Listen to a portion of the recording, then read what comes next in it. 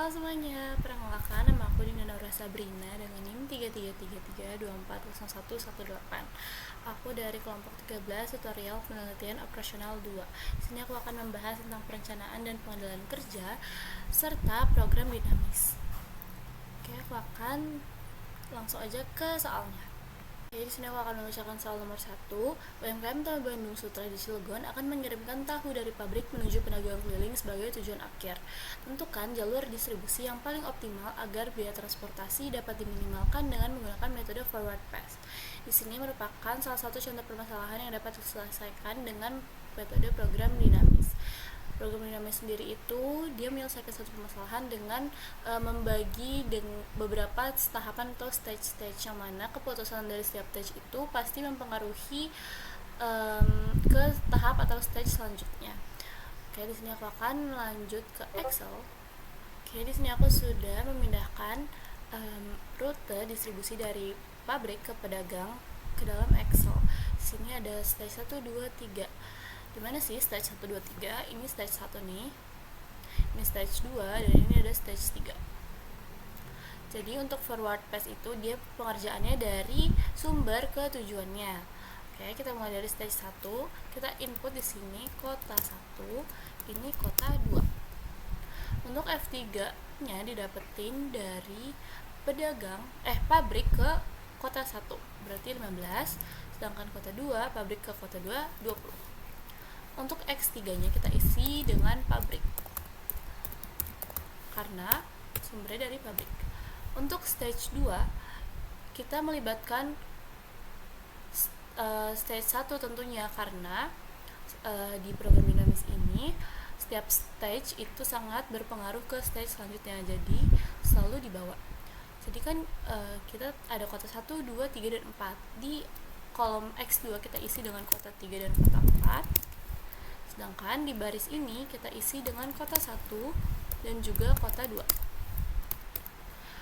Untuk jarak dari kota 1 ke kota 3 sama dengan 20 ditambah sebelumnya dari dari pabrik ke kota 1 itu 15. Jadi kenapa seperti ini? Karena kalau misalkan kita mau tiba di kota 3 pasti kita mulai dari pabrik ke kota 1 baru ke kota 3. Jadi ditambah selanjutnya kota 4 yaitu 24 ditambah dengan 15.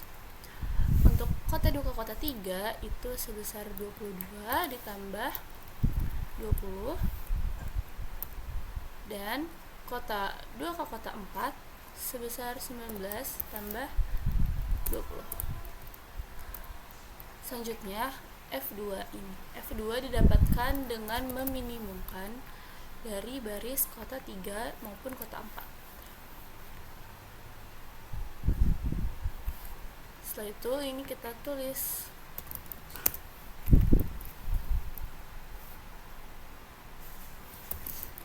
kota 3 kota 1, dan ini kota 2. Setelah itu untuk stage 3 ini ke pedagang. Ini kita input kota 3 dan juga kota 4.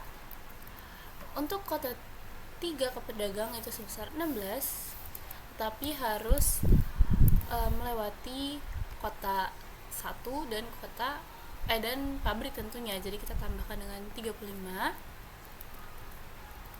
Setelah itu untuk kota 4 ke pedagang itu sebesar 14 ditambahkan dengan nilai sebelumnya lagi, yaitu 39 yang didapat dari stage 2. Nah, untuk F1 nya itu masih sama dengan meminimumkan dari baris ini. Setelah itu kita isi dengan kota 3. Oke, untuk keputusan atau solusi optimal ini kita isi. Untuk keputusan atau solusi optimal ini kita isi pabrik. Dan kita lihat dari sini. Ini kita akan pilih kota 1.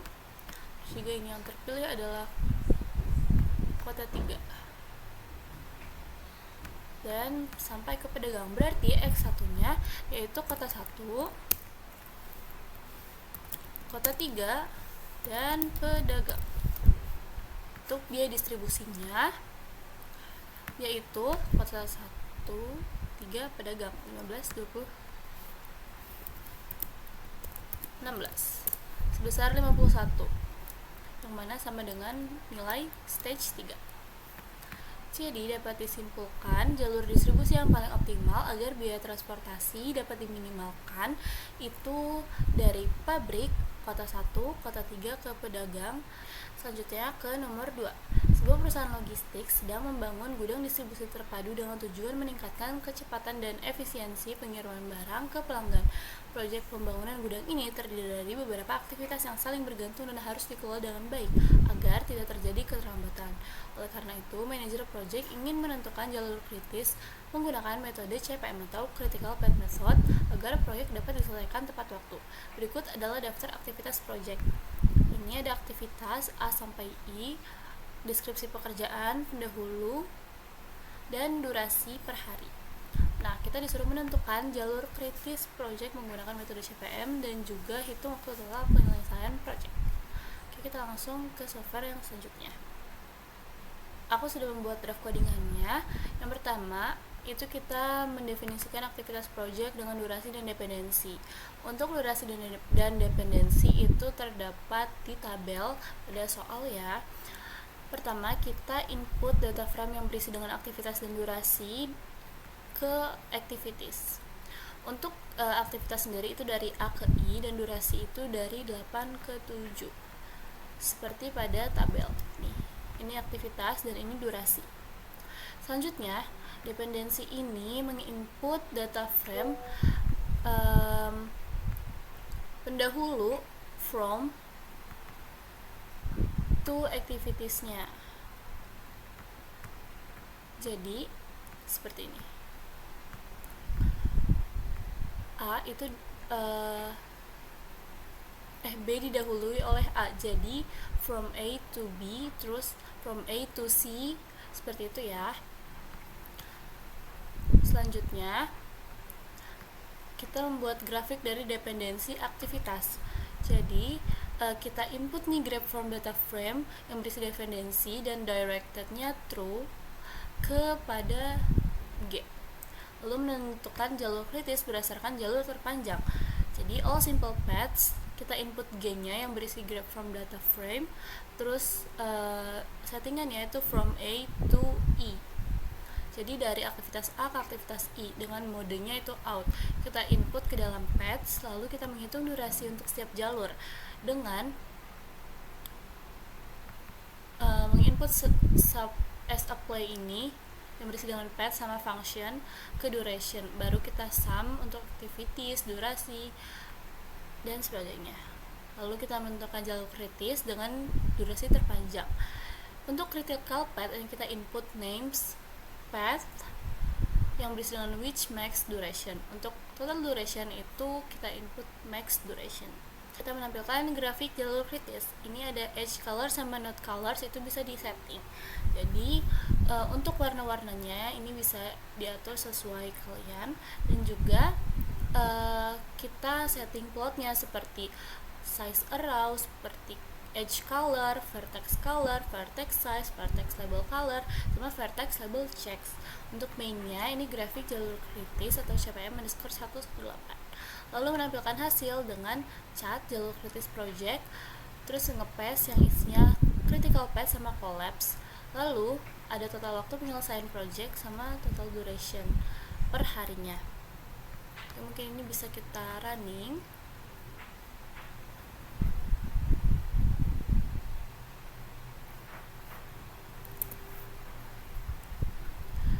Dan akan muncul di plots ini. Jadi ini grafik jalur kritis CPM-nya yang menghasilkan jalur kritisnya yaitu A ke B, D, E, F, H, I dengan total waktu penyelesaian proyek sebesar 94 hari. Selanjutnya ini soal yang kedua, soal yang ketiga. Selanjutnya, soal yang ketiga. Sebuah perusahaan startup sedang mengembangkan aplikasi e-commerce baru untuk memperluas jangkauan pasar dan meningkatkan layanan kepada pelanggan. Proyek ini memiliki tingkat ketidakpastian waktu yang cukup tinggi karena melibatkan pengembangan teknologi dan juga kebutuhan pengguna yang dinamis. Oleh sebab itu, manajer project menggunakan metode Program Evaluation and Review Technique atau PERT untuk memperkirakan waktu penyelesaian project. Berikut ada aktivitas, deskripsi pekerjaan, pendahulu, waktu optimis, waktu paling mungkin, dan juga waktu pesimis. Nah, kita disuruh menentukan jalur kritis project menggunakan metode PERT, lalu menghitung perkiraan waktu penyelesaian project. Di sini aku sudah membuat draft codingannya juga tentunya. Pertama, kita input data aktivitas project dengan estimasi waktu PERT-nya. Untuk aktivitas dari A ke H, untuk kita input juga nih waktu optimis, waktu paling mungkin, dan juga waktu pesimis. Kita masukkan ke activities. Selanjutnya, menghitung waktu ekspektasi menggunakan rumus PERT, yaitu activities optimis ditambah 4 dikali activities yang paling mungkin ditambah activities pesimis dibagi 6.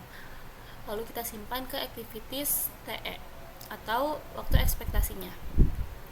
Selanjutnya, definisikan hubungan antar aktivitas atau age. Untuk age ini kita perlu menginput data frame dari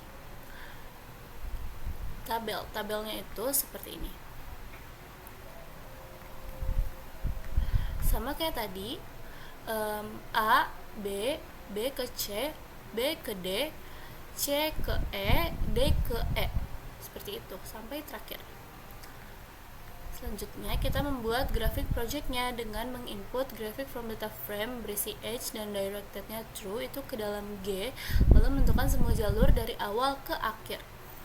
Dengan all simple paths, kita input G, terus from-nya A, to-nya H atau H.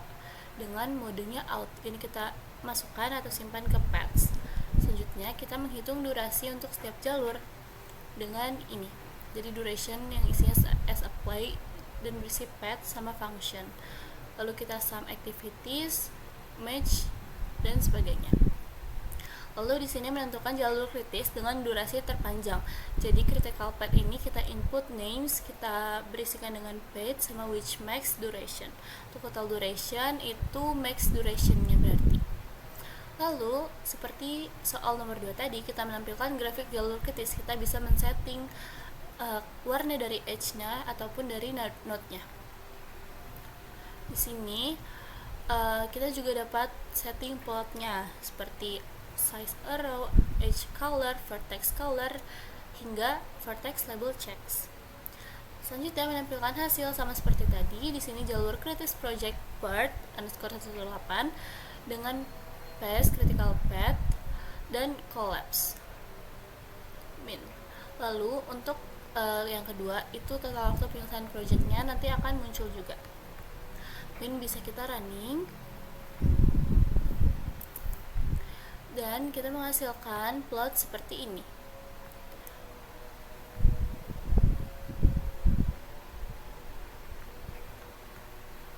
Ini adalah bentuk rute atau grafik dari jalur kritis PERT.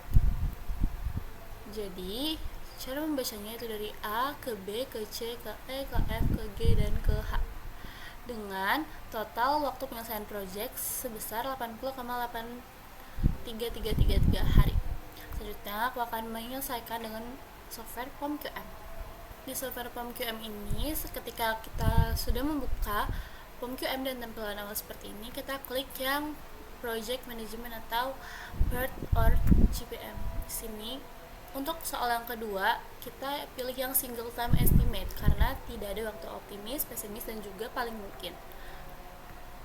Setelah itu untuk title-nya bisa disesuaikan.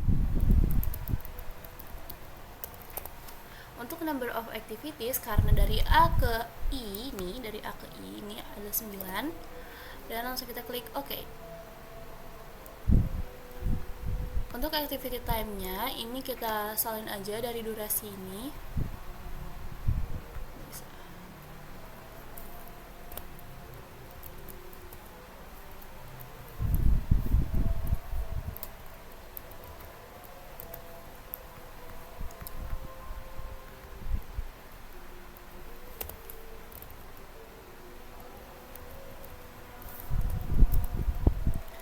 Setelah itu untuk predesesor 1 sama predesesor 2 itu kita dapatkan dari sini.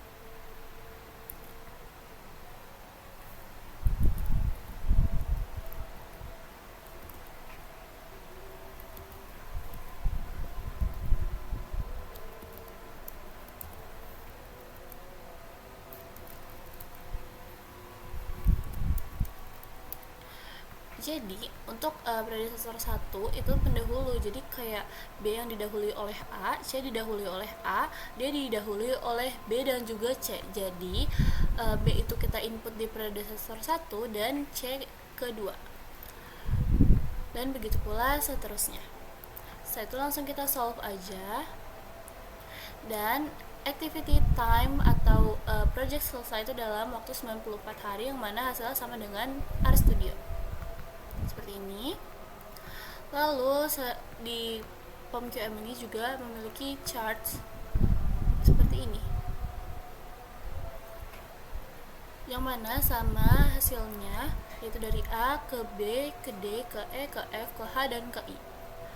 Selanjutnya ini kita ke soal yang ketiga. Soal yang ketiga ini karena dia memiliki waktu optimis, paling mungkin, dan juga pesimis, ini kita menggunakan yang triple time estimate.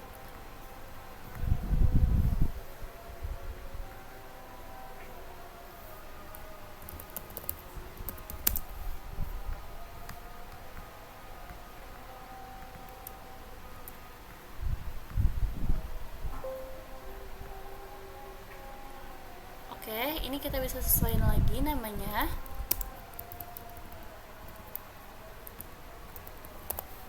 Dan number of activitiesnya karena dari A ke H itu ada 8. Lalu kita klik OK. Di sini yang membedakan, jadi setelah activity langsung ada optimistic time, most likely time, sama pessimistic time. Baru ada predecessor 1, 2, 3 hingga seterusnya. Untuk optimistic time ini kita input lagi sesuai pada tabel.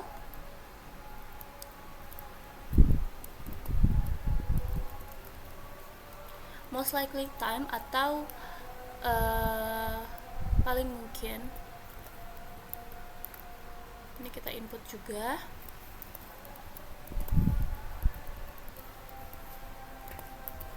Lalu pessimistic time atau waktu pesimis.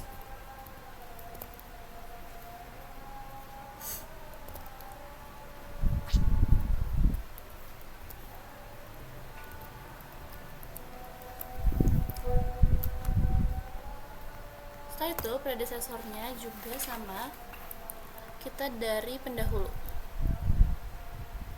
A, B, C, F, G. Oke, kalau sudah semua kita input, kita solve aja langsung, dan menghasilkan perkiraan waktu penyelesaian project itu sebesar 80,83 hari dengan chartnya seperti ini. Mungkin itu aja yang dapat aku sampaikan dan aku jelaskan. Kurang lebihnya mohon maaf. Wassalamualaikum warahmatullahi wabarakatuh. Dadah.